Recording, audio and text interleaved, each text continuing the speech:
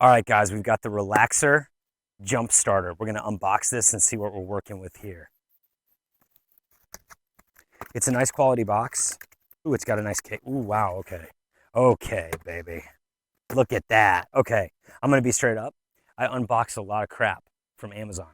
Whenever you get something out that has a case like this, I would say like 9.5 times out of 10, it's an extremely high quality product because they even put effort into the casing.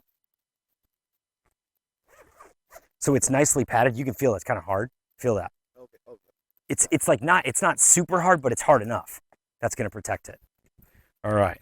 So we've got the instructions in there, but we do it live on this channel. We don't need stuff like that. Oh wow, look at this. Steps to jumpstart your car. Insert clamp cables into the RALXER Jump Starter. Connect to the battery.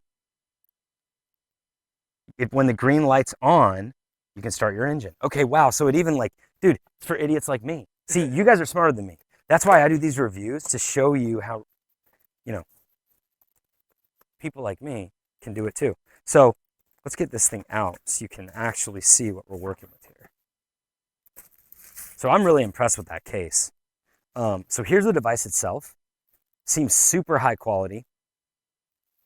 Let's just go ahead and see if we can turn it on. Get the, yeah, okay.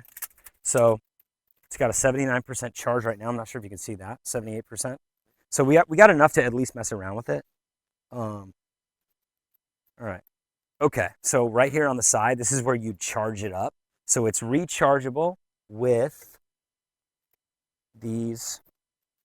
Hold on one second. I don't have many places to put stuff. It's all good, dude. We do it live. We do it live. So we've got a USB-C. So you got USB-C.